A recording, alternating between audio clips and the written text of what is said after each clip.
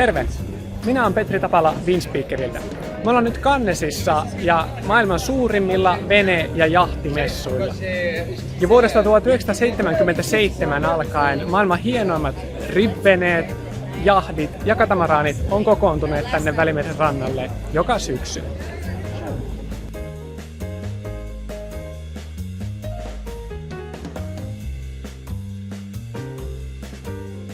Kapteeni Kimmo Nikkanen tässä, morjesta vaan osakkaat.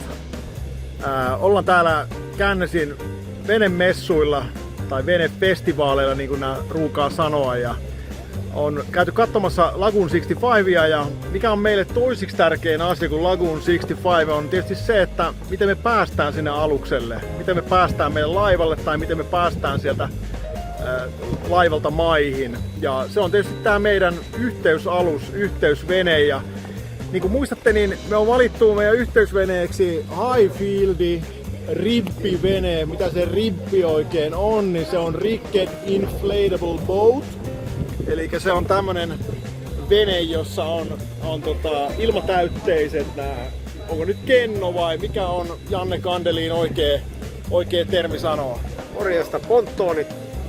Joo, eli on tässä Timon kanssa, tai Timon yrityksessä Yacht Agencyssä ja vastaan Highfieldin liiketoiminnasta ja lyhykäisyydessään niin meillä on alumiinirunkoinen ribbi ja meillä on näitä aina 2-metrisestä ihan apujollasta tuohon 9 metriin asti.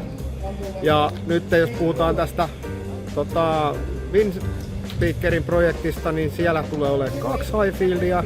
Ensimmäinen on sellainen pienempi tenderi, 460 pitkä, millä pääsee siitä lähelle ja näin. Ja sitten on tällainen niin kutsuttu chase boat, eli puhutaan reilu 7-metrisestä ribistä, jolla sitten voidaan ajaa tuntien päähän ja kauemmaskin tosi hyvin ja miellyttävästi. Voidaan lähteä sukeltaa tai ajaa jonnekin laguuniin ja viettää aikaa siellä tai kaiken näköisiä vaihtoehtoja. Me nähdään tää Pariisin väreissä, eli juuri tuossa opin, että Highfield on ollut merkittävä Pariisin olympialaisten sponssi ja kumppani. Ja tää on tosiaan, oliko tää Janne 760 nyt? 760 Highfield on kyseessä ja niin kuin näette, niin tää on todellakin sitä luksusta, mitä Surmaahan Timo aina kertoo meille, että vain paras on kyllä hyvää teille osakkaat. No niin, mä oon tässä aluksessa ja meidän yhteysveneessä ja tässä huokuu todellakin kyllä laatu ihan kaikessa. Tää on ihan viimeisen päälle. Kaikki nämä pinnat, kaikki nämä yksityiskohdat on tehty huolellisesti ja tässä on menty tää käyttömukavuus edellä. Mä oon Jannen kanssa aikaisemmin käynyt tämmöstä ajamassa Suomessa.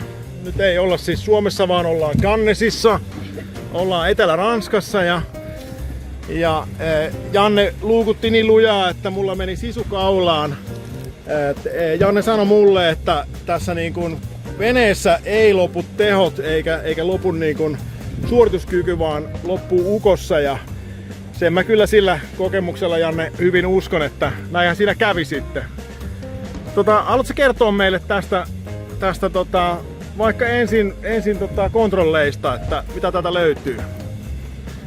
Joo, eli normaalisti meillä löytyy konsoli, jossa on suurin piirtein kaikki se mitä tarvitaan. Eli se mitä me tullaan asentamaan ja mitä tällaisessa tarvitaan, niin tarvitaan ensinnäkin iso plotteri, saadaan siihen karttanäkymät. Ja sitten toinen pakollinen käytännössä on VHF-radio, mikä tulee sitten siihen myöskin asennukseen. Sitten voidaan katsoa vielä, että otetaanko toinen plotteri tuohon viereen, jos haluaa enemmän.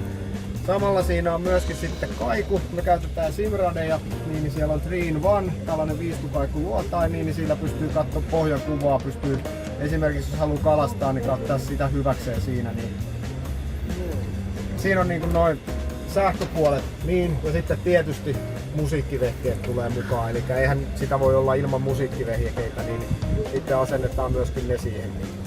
Ja siinä meillä on täydellinen paketti koko matkalla.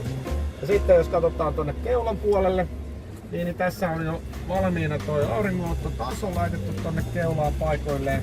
Eli tässä on hyvä, niin pari henkilöä pystyy tuolla keulassa ottaa aurinkoa. Ja sitten täällä perän puolella, niin täällä on hyvät sohvatilat, tonne mahtuu 3-4 tohon taakse istumaan. Tähän toiselle puolelle mahtuu vielä pari henkilöä istumaan, saadaan vielä hyvä pöytä tähän näin keskelle. Ja täältä alhaalta löytyy tietysti jääkaappi, eli saadaan kylmät juomat ja pidettyy myöskin eväät kylmänä mukana. Niin tällainen taas yleisilme tässä on. Tarka kaari löytyy tuosta perästä. Siinä on vetopiste tuolla ylhäällä, eli kaikki vesilelut mitä keksitte, niin tällä voi vetää. Voi vetää wakeboardia, vesisuksia, donitsia, banaania tai vaikka riippuliinistä voi vetää tällä näin, eli ihan mitä haluaa. Hyvä puoli tuossa tarkakaaressa on myöskin se, että siitä saadaan vielä viini nostettua tähän ylös tähän T-toppiin, jolloin päästään varjoon. Nyt puhutaan, että ollaan etelässä, niin silloin se varjo tulee myöskin tärkeäksi. Niin käytännössä tämä perän oleskelutila niin saadaan varjoon, jolloin täällä on miellyttävä viettää päivää ja sitten voi vaan käydä ottamassa aurinkoa tai sitten hyppäämässä ja menemään uimaan. Mitä sanoo myyntijohtaja osakas Timo Surma-aho tästä? Onko me tehty hyvä valinta? Kyllä tämä on pro-peli, että kyllä mä uskon, että meidän asiakkaat tulee olemaan niin vaativia, että ne vaatii vaan parasta ja kyllä me ollaan tässä nyt tehty oikea valinta.